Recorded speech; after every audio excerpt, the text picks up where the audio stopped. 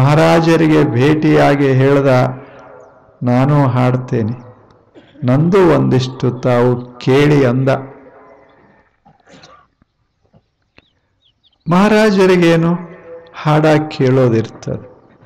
ಅವ್ರು ಹೇಳಿದರು, ಆಯ್ತಪ್ಪ, ನಾಳೆ ಸಾಯಂಕಾಲ ನಿನ್ನ ಹಾಡ ಇಡ್ತೇವಿ, ನೀನು ಮಸ್ತಾಗಿ ಹಾಡು, ನಾವು ಕೇಳಿ ಸಂತೋಷ ಪಡ್ತೇವಿ ಅಂತ ಮಹಾರಾಜ ಅಂದ ಏನು ಮಾಡ್ದ, ನಮ್ಮ ಸಂಗೀತಕಾರದಾನ, ರಾಜ ಸಂಗೀತಕಾರ, ಬಹಳ ದೊಡ್ಡ ಸಂಗೀತಜ್ಞ, ಆತನ ಮನೆಯೊಳಗೆ ನೀನು ಇರು, ಅಲ್ಲಿ ನಿನಗೆ ಆತಿಥ್ಯ ಮಾಡ್ತಾರ ಅಂತ ಹೇಳಿ ಇದೇನು ಸಂಗೀತಗಾರಿದ್ದಲ್ಲ ಇವನು ಮನೆಗೆ ಕಳಿಸ್ದ.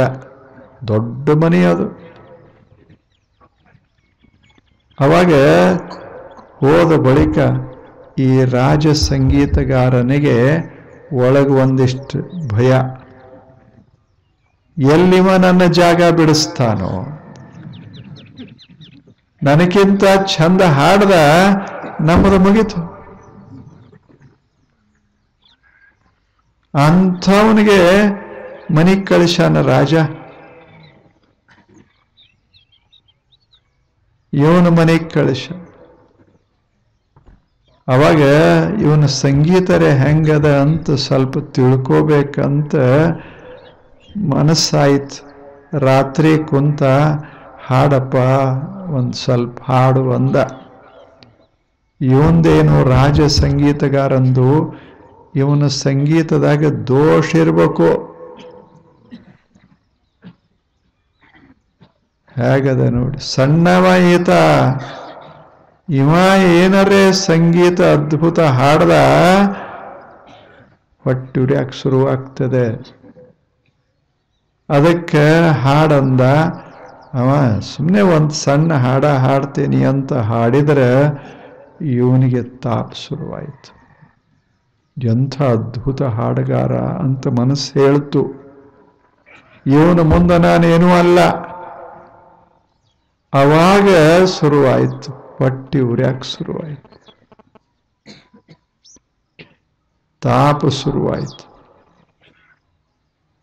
ಹೇಳಿ, ಏನೂ ಇಲ್ಲ, ಹಾಡಕ್ಕೆ ಪಾಪ ಹುಡುಗ ಬಂದಾನ, ಅವ ಭಾರಿ ಸಂಗೀತ ಮಾಡ್ತಾನಂತ ಇವನಿಗೆ ತಾಪ ಶುರುವಾಯಿತು. ಮೆಚ್ಕೋಬೇಕ ಬೇಡ? 50 ವರ್ಷ ಆಗ್ಯಾವ, ಹುಡುಗ 20 ವರ್ಷದ್ದದ. ಏನಪ್ಪ ಎಷ್ಟು ಚಂದ ಹಾಡ್ತಿ ಅಂತ ಅಂದಿದ್ರೆ ಎಷ್ಟು ಆನಂದ ಆಗ್ತಿತ್ತು. ಹೇಳಿ, ಹೋಗಿ ಹೆಂಡತಿಗೆ ಹೇಳ್ದ, ಹಿಂಗದಾನ ನಮ್ಮ ಪರಿಸ್ಥಿತಿ ಏನು ಅಂದ. ನಾಳಿವ ಹಾಡೇ ಹಾಡ್ತಾನ, ರಾಜ ಮರ್ಯಾದೆ ಪಡೆದೇ ಪಡಿತಾನ. ಆ ಬಳಿಕ ನಮ್ಮ ಕಡೆ ರಾಜ ಲಕ್ಷ ಇಸೋದಿಲ್ಲ ಅಂತ ಹೊಟ್ಯಾಗ ತಾಪ ಶುರುವಾಯಿತು. ಹಾಗೆ ನೋಡಬೇಕು, ಮೆಚ್ಚುಗೋಬೇಕಲ್ಲ. ಮೆಚ್ಚುಗೊಳ್ಳೋ ಗುಣ ಬಹಳ ಕಡಿಮೆ. ಮರುದಿವಸ ನಡೀತು, ಸಂಗೀತ ನಡೀತು.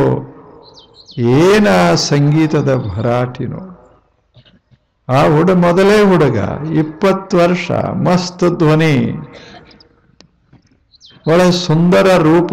ಹಿಂಗ ಹಾಡ್ದ ಇಡೀ ಸಭೆಗೆ ಸಭೆ ತಲೆ ತೂಗ್ತಾ ಇತ್ತು. ಮಹಾರಾಜನಿಗೆ ಭಾರಿ ಸಂತೋಷ ಆಯ್ತು. ಆತ ತನ್ನ ಮೈ ಮೇಲಿರುವಂಥ ಆಭರಣಗಳನ್ನು ತೆಗೆದು ಅವನಿಗೆ ಹಾಕಿ ಬಹಳ ಆನಂದ ಪಟ್ಟ. ನೀನು ನಮ್ಮ ರಾಜ್ಯದ ಸಂಗೀತಗಾರ ಅಂದ. ಇವನಿಗೆ ಹೆಂಗಾಗಿರ್ಬೇಡ, ಅಲ್ಲೇ ಕೂತಾನ, ಮುಖ ಗಂಟು ಹಾಕೊಂಡು ಕೂತಾನ. ಇಡೀ ಅದೆಲ್ಲ ದರ್ಬಾರದಾಗ ಎಲ್ಲರ ಮುಖ ಅರಳ್ಯದ, ಒಬ್ಬಂದೇ ರಾಜ ಅಷ್ಟು ಸಂತೋಷ ಪಟ್ಟಾನ, ಮಹಾರಾಣಿಯವರು ಅಷ್ಟು ಸಂತೋಷ ಪಟ್ಟಾರ, ಮಂತ್ರಿಗಳು ಸಂತೋಷ ಪಟ್ಟಾರ. ಒಂದೇ ಒಂದು ಜೀವ ತಾಪ್ ಮಾಡಿಕೊಂಡಿದ್ದು ಯಾರೋ ಸಂಗೀತಗಾರ. ಅವನೇ ಮೆಚ್ಚುಗೆ ವ್ಯಕ್ತ ಮಾಡಬೇಕಾಗಿತ್ತು. ಎದ್ದು ತನ್ನ ಮಾಲೆಯನ್ನ ಅವನಿಗೆ ಹಾಕಿದ್ರೆ ಅವ ಹಂಗೆ ಉಳಿತಿದ್ದ ಖಾಯಿಮ್ಮಾಗಿ. ಮಾಡಲಿಲ್ಲ. ಒಳಗೆ ತಾಪ್ ತಾಪ್ ತಾಪ್. ಅವಾಗ ಮಹಾರಾಜ ಇವನ ಕಡೆ ನೋಡ್ದ, ಈ ಹಳಿ ಸಂಗೀತಗಾರನ ಕಡೆ. ಹೆಂಗಿತ್ತು ಅಂದ. ಅವ ಹಳಿ ಸಂಗೀತಗಾರ ಹೇಳ್ದ, ನಿಮಗೆ ಗೊತ್ತಾಗುವುದಲ್ಲ ದೊರೆಗಳೇ, ಅದ್ರಾಗ ಭಾಳ ದೋಷಗಳು ಭಾಳ ಅದ.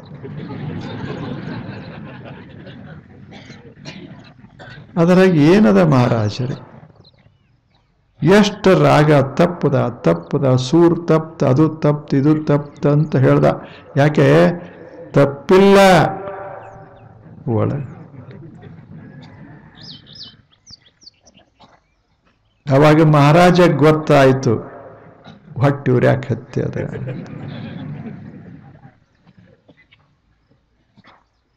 ಹಾಗದ ಕೆಟ್ಟ ಮುಖ ಗಂಟು ಹಾಕೊಂಡ ಕೂತಿದ್ದ 3 ತಾಸು.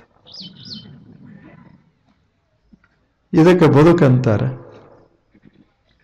ಎಷ್ಟು ಮೆಚ್ಚಿಕೊಂಡಿದ್ರೆ ಎಷ್ಟು ಅದ್ಭುತ ಆಗ್ತಿತ್ತು. ಇದನ್ನ ಹುಡುಗ ಗಮನಿಸ್ತಾ ಇದ್ದ, ಇವನ ಕಡೆ ನೋಡ್ತಾ ಇದ್ದ. ಸಂಗೀತಗಾರ ಮೆಚ್ಚಬೇಕಲ್ಲ, ಇಡೀ ಸಭೆ ಮೆಚ್ಚಿಕೊಂಡಿತ್ತು, ಅಷ್ಟು ಆನಂದ ಪಡ್ತಾ ಇತ್ತು. ಎಲ್ಲ ಮುಖಗಳು ಹಂಗ ಪ್ರಸನ್ನಾಗಿದ್ದು. ಈ ಮುಖ ನೋಡ್ದ. ಯಾರ ಮುಖ? ಹಳಿ ಸಂಗೀತಗಾರಂದು ಮುಖ ಬಾಡ್ಕೋತ್ ಬಾಡ್ಕೋತ್ ಬಾಡ್ಕೋತ್ ಬಂದಿತ್ತು. 3 ತಾಸದ ನಂತರ ನೋಡಾಕ ಬೇಡ. ಹುಡುಗ ಅಂದ, ನಾನು ಹಾಡೋದು ಈ ಮನುಷ್ಯಾಗ ಹಿಡಿಸಿಲ್ಲ, ಇವನಿಗೆ ಹೊಟ್ಟೆ ಕಿಚ್ಚ ಆಗ್ಯದ, ಇವನಿಗೆ ತಾಪ ಆಗ್ಯದ ಅಂತ ತಿಳಿದು ಏನ್ ಮಾಡ್ದ ಹುಡುಗ ಗೊತ್ತೇನು? ಮಹಾರಾಜ ಏನು ಹಾಕಿದ್ದ ಮಹಾಮಾಲೆ ಮತ್ತು ಮಹಾರಾಜ ಹೇಳಿದ್ದ, ನಮ್ಮ ಮಹಾರಾಜ್ಯದ ಶ್ರೇಷ್ಠ ಸಂಗೀತಗಾರ ನೀನು ನಮ್ಮಲ್ಲೇ ಇರಬೇಕು ಅಂತ ಹೇಳಿದ್ದಲ್ಲ. ಹುಡುಗ ಹೇಳ್ದ, ಮಹಾರಾಜರೇ, ನಿಮ್ಮ ಸಂಗೀತಗಾರರು ಬಹಳ ಒಳ್ಳೆಯವರು. 50 ವರ್ಷ ವಯಸ್ಸು ಅವರಿಗೆ, ಹಿರಿಯರು. ನಾನು ಇನ್ನೂ ಸಣ್ಣವ. ನನಗೆ ಇದು ಬೇಡ, ಸ್ಥಾನಮಾನಗಳು ಬೇಡ, ನಿಮ್ಮ ಸಂಗೀತಗಾರರಿಗೇ ಇರಲಿ. ನಾನು ಇನ್ನೂ ಜಗತ್ತನ್ನು ತಿರುಗಾಡಬೇಕು ಮಹಾರಾಜನೇ, ನಾನು ಹೋಗ್ತೇನೆ ಅಂತ ಇಳಿದು ಹೋದ. ಒಂದು ಹೊಟ್ಟೆ ಉರಿಯುವ ವ್ಯಕ್ತಿ, ಇನ್ನೊಂದು ಆನಂದದ ವ್ಯಕ್ತಿ. ಯಾರು ಚಲೋ?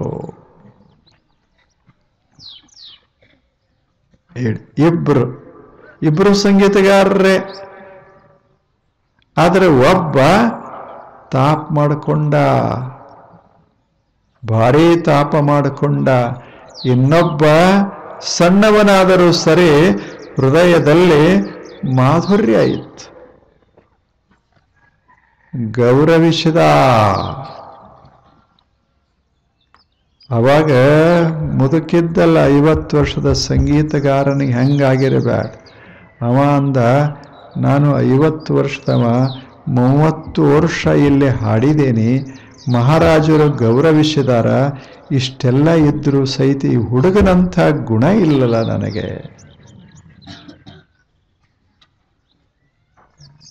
ನಾನು ಇಷ್ಟೊತ್ತಕ ಅದ್ಭುತವಾಗಿ ಹಾಡಿದ, ನನಗೆ ಗೊತ್ತದೆ, ಹಂಗ ನನಗೆ ಹಾಡಕ್ಕೆ ಬರುವುದಿಲ್ಲ. ಅವ ಸಾಕ್ಷಾತ್ ಗಂಧರ್ವ ಅಂತ ನನಗೆ ಗೊತ್ತಿದೆ, ನನ್ನ ಹೃದಯ ಹೇಳ್ತದ. ಆದರೆ ಅಸೂಯ ಏನು ಮಾಡ್ತು ಅಂದ್ರೆ ಮುಖ ಕಪ್ಪು ಮಾಡ್ತು. ನಾನ್ಯಾವ ಸಂಗೀತಗಾರ? ಎಂಥ ಸದ್ಗುಣ ಅದ ಈ ಹುಡುಗನಲ್ಲಿ. 30 ವರ್ಷ ಆದರೂ ಸಹಿತ ನನಗೆ ಬುದ್ಧಿ ಬರಲಿಲ್ಲ, ಹೊಟ್ಟೆ ಉರಿತು, ನನ್ನ ಜೀವನ ಸರಿಯಲ್ಲ. ಎದ್ದು ಮಹಾರಾಜರಿಗೆ ಹೇಳ್ದ, ಮಹಾರಾಜರೇ, ಈ ಬಾಲಕ ಇದೇನು ಯುವಕದಾನ, ಎಂಥ ಸಂಗೀತಗಾರ ಸಿಗೋದೇ ಕಷ್ಟ ಮಹಾರಾಜನೇ, ನಾನು ಈಗ ರಾಜೀನಾಮೆ ಕೊಡ್ತೇನೆ, ಈ ಹುಡುಗನ್ನ ನೀವು ಆ ಸ್ಥಾನದಲ್ಲಿ ತಂದಿಡಿ ಅಂದ. ಅವನು ಬದಲಾದ.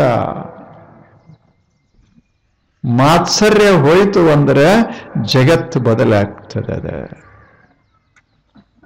ಇದು ಹೊಟ್ಟೆ ಉರಿ ಬಹಳದ. ನಿಮಗೂ ಅನಿಸೋದಿಲ್ಲ? ನಿಮ್ಮ ನೆರೆ ಹೊರೆಯವ್ರು ಯಾರೇ ಒಂದು ಮೋಟ್ರ್ ಸೈಕಲ್ ಚಲೋ ಹೊಸ ತಂದ್ರೆ ಈ ಮನ್ಯಾಗ ಶುರುವಾಗ್ತದೆ. ಸಹನಶೀಲತೆ ಇಲ್ಲ. ಹೆಂಗ ಶುರುವಾಗ್ತದೆ? ಎಲ್ಲಿದರೆ ಹಣ ತಂದಾನ ಸಮಾಧಾನ ಇಲ್ಲ.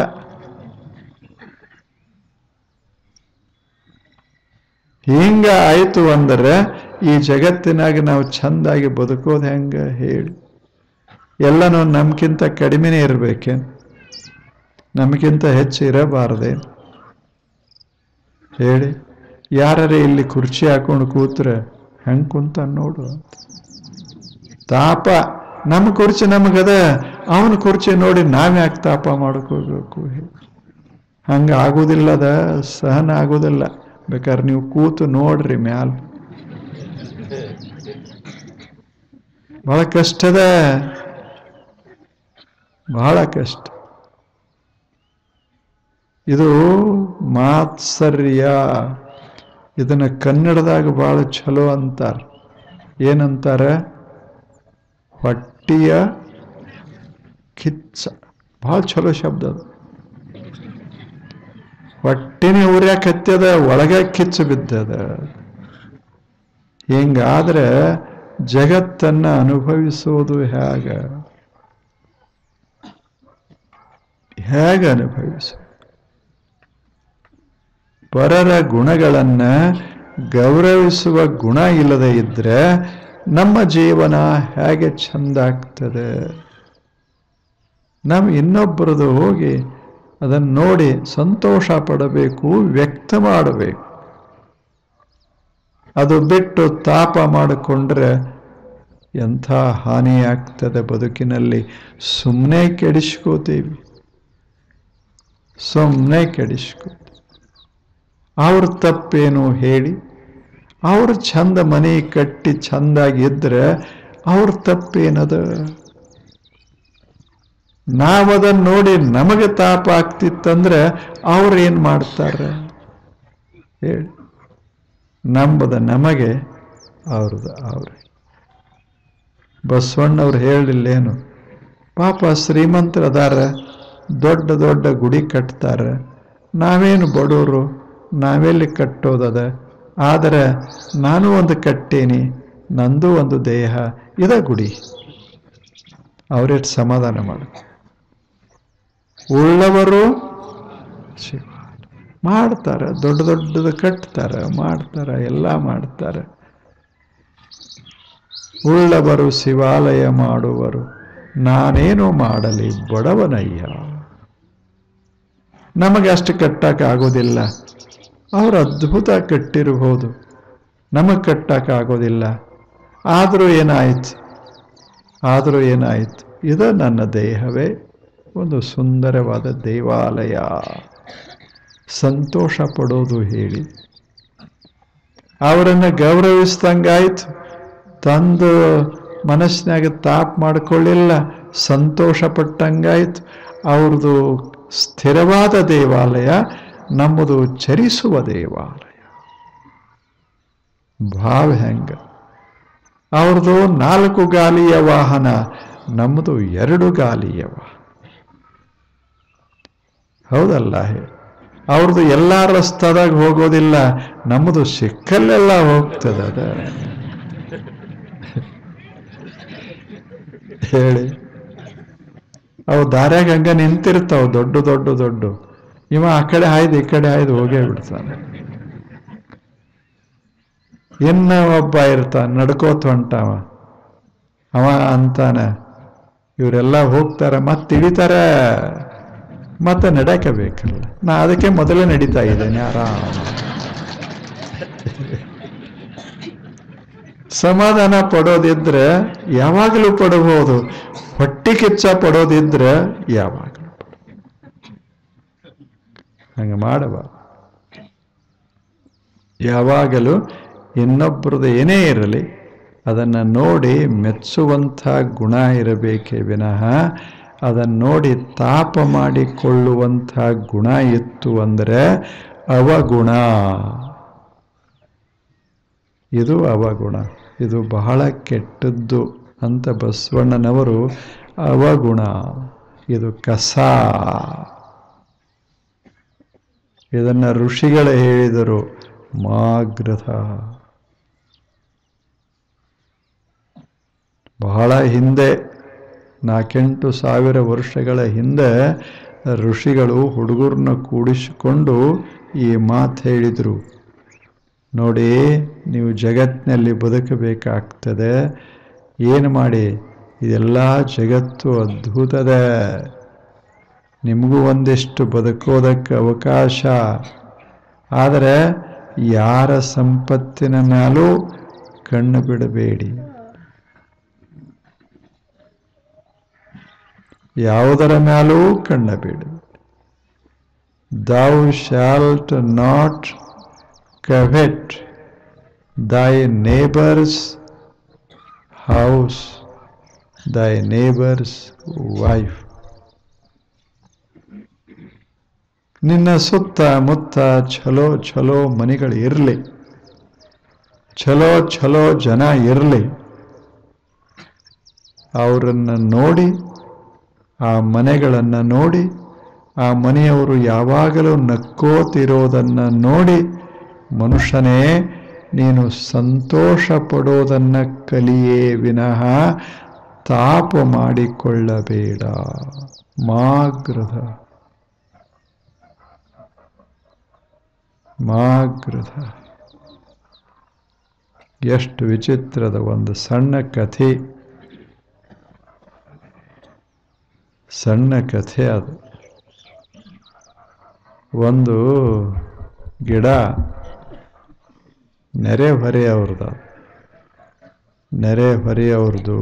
ಇವ ರಾಮ, ಅವ ನೆರೆ, ಅವ ಭೀಮ ಅಂತ ಇಟ್ಕೊಳ್ಳಿ. ಆ ಭೀಮನ ಹೊಲದಾಗ ಒಂದು ಛಲೋ ಮಾವಿನ ವೃಕ್ಷ, ಅದ್ಭುತ ಬೆಳೆ, ವಿಸ್ತಾರವಾದ ವೃಕ್ಷ. ಏನು ಹಣ್ಣುಗಳೇ ಹಣ್ಣುಗಳು, ಮಸ್ತ್ ಆಗಕತ್ತಿದ್ದು ಹಣ್ಣುಗಳು ಹಾಂಗೆ ಬೆಳೀತಾ ಇದ್ದು, ಹಚ್ಚ ಹಸಿರಾದ ಹಣ್ಣ. ಇನ್ನ ಪಕ್ವಾಗು ಇನ್ನ ಸಮಯ, ಇನ್ನೂ ಒಂದು 10-15 ದಿವಸ ಆದರೆ ಅವೆಲ್ಲ ದೊಡ್ಡ ಆಗೋ. ಅಷ್ಟೆಲ್ಲ ತುಂಬಿತ್ತು, 1000 ಹಣ್ಣುಗಳು. ಆತನ ನೆರಿ ಮನುಷ್ಯ ಇವ ರಾಮ ಇದ್ದಲ್ಲ, ಅದು ಭೀಮನ ತೋಟ. ರಾಮ ಅವಂದು ಅಲ್ಲೇ ಸಮೀಪದಾಗ ತೋಟ. ಅವೇನು ಎಂದರೆ ಒಮ್ಮೆ ತೋಟಕ್ಕೆ ಹೋಗವ, ಏನು ಹಾಕವಲ್ಲ ಬಿಡವಲ್ಲ, ಹೋಗಿ ಮಲ್ಕೊಂಡು ಬರವ. ಅವಂದು ಒಂದು ದೊಡ್ಡ ಗಿಡ ಇತ್ತು, ಅದು ಇವ ಬೆಳೆಸಿದ್ದಲ್ಲ, ಇವರು ಹಿಂದಿನವರು ಬೆಳೆಸಿದ ಗಿಡ. ಅದಕ್ಕೆ ಒಂದು ದಿವಸ ಅದಕ್ಕೆ ಉಪಚಾರ ಮಾಡಲಿಲ್ಲ, ನೀರು ಹಾಕಲಿಲ್ಲ, ರಕ್ಷಣೆ ಮಾಡಲಿಲ್ಲ. ಇವ ಹೋಗೋದದ, ಅದರ ನೆಳ್ಳಾಗ ಮಲಗೋದದು, ಇಟ್ಟು ಮಾಡ್ಕೋತ ಬಂದು. ಅದರಿಂದ ಏನಾಯಿತು ಅಂದರೆ, ಇವನ ಗಿಡದಾಗ ಮಸ್ತಾಗಿ ಬೆಳೆದದ್ದು ಹಣ್ಣ. ಆತ ದಿನಾಲೂ ಅಲ್ಲಿ ಬಂದು, ಬೆಳಿಗ್ಗೆ ಬಂದವ ಸಾಯಂಕಾಲ ತನಕ ಆ ಹೊಲದಾಗ ಅದನ್ನೆಲ್ಲ ಸ್ವಚ್ಛ ಮಾಡೋದು, ಖಾತ ಹಾಕೋದು, ಅದಕ್ಕೆ ನೀರೆಲ್ಲ ಹಾಕೋದು, ಅಲ್ಲಿಂದ ಏನೂ ತೊಂದರೆ ಆಗದಂಗೆ ರಕ್ಷಣೆ ಮಾಡೋದು. ಪಾಪ ಅವ ದುಡಿತಾ ಇದ್ದ. ಅದಕ್ಕೆ ಅವನ ತೋಟ ಅಷ್ಟು ಚೆನ್ನಾಗಿ ಬೆಳೆದತ್ತು. ಅದರಾಗ ಇದೊಂದು ಮಾವಿನ ಗಿಡ ಇತ್ತು, ಬಾಯಿ. ಏನ ಹಣ್ಣ ನೋಡಿ ಹಾದಿಗೆ ಹೋಗೋರು ಸಂತೋಷ ಪಡಬೇಕು, ಅಂಥ ಹಣ್ಣುಗಳು. ಇವ ಬಂದು ಮಲ್ಕೋತಿದ್ದ. ಇವಂದು ಅಷ್ಟೇ ಹೊಲ, ಅವಂದು 10 ಎಕರೆ, ಇವಂದು 10 ಎಕರೆ. ಇವಂದು ಗಿಡ ಅದ, ಅದು ಪಾಪ ಬಾಡ್ಕೊಂಡು ನಿಂತಿತ್ತು. ಅದಕ್ಕೆ ಹಣ್ಣು ಯಾಕೆ ಕೊಡ್ತದ ಅದು? ಇವ ಒಂದು ಹನಿ ನೀರು ಹಾಕಮಲ್ಲ, ಒಂದು ದಿವಸ ರಕ್ಷಣೆ ಮಾಡಮಲ್ಲ, ಬರೇ ಬರಾಮ ಮಲಗೋದು. ಏನು ಮಾಡಿ, ಭೂಮಿನೂ ಹಂಗೆ ಆಗಿತ್ತು. ಇವ ಆ ದಿವಸ ಬಂದ, ನೋಡ್ದ, ಆ ಗಿಡ ನೋಡ್ದ, ಹೊಟ್ಟೆ ಕಿಚ್ಚು ಶುರುವಾಯ್ತು. ಎಲ್ಲರೂ ಬರ್ತಾರೆ, ನನ್ನ ಹೊಲಕ್ಕೆ ಒಬ್ಬ ಬರೋದಿಲ್ಲ. ಎಲ್ಲರೂ ಬರ್ತಾರ, ಅವನ ಕಡೆ ಹೋಗ್ತಾರೆ. ಏನು ಗಿಡ, ಏನು ತೋಟ ಅಂತ ಹೊಗಳಿ ಹೊಗಳಿ ಹೊಗಳಿ ಹೋಗ್ತಾರೆ. ನನಗೆಟ್ಟು ತಾಪ ಆಗಬೇಡ ಅಂದ.